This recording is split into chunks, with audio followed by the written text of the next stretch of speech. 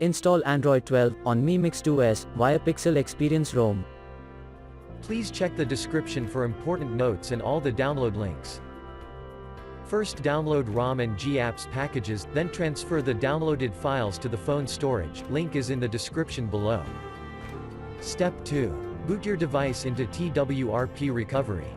Once in TWRP, click on Wipe, Advanced Wipe, and select the check boxes, as shown in the image, excluding internal storage. Step 4. Swipe the button to wipe the device. Step 5. Go back to the recovery main screen, and tap on the Install button. Step 6. Navigate to the storage, and select the ROM zip file. Step 7. Finally, swipe the button on the screen, to install ROM file. Step 8. Flash the GApps zip package, in the same manner.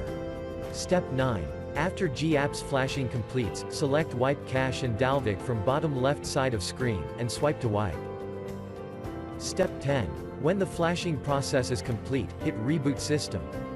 That's it, you have successfully installed the ROM on your device.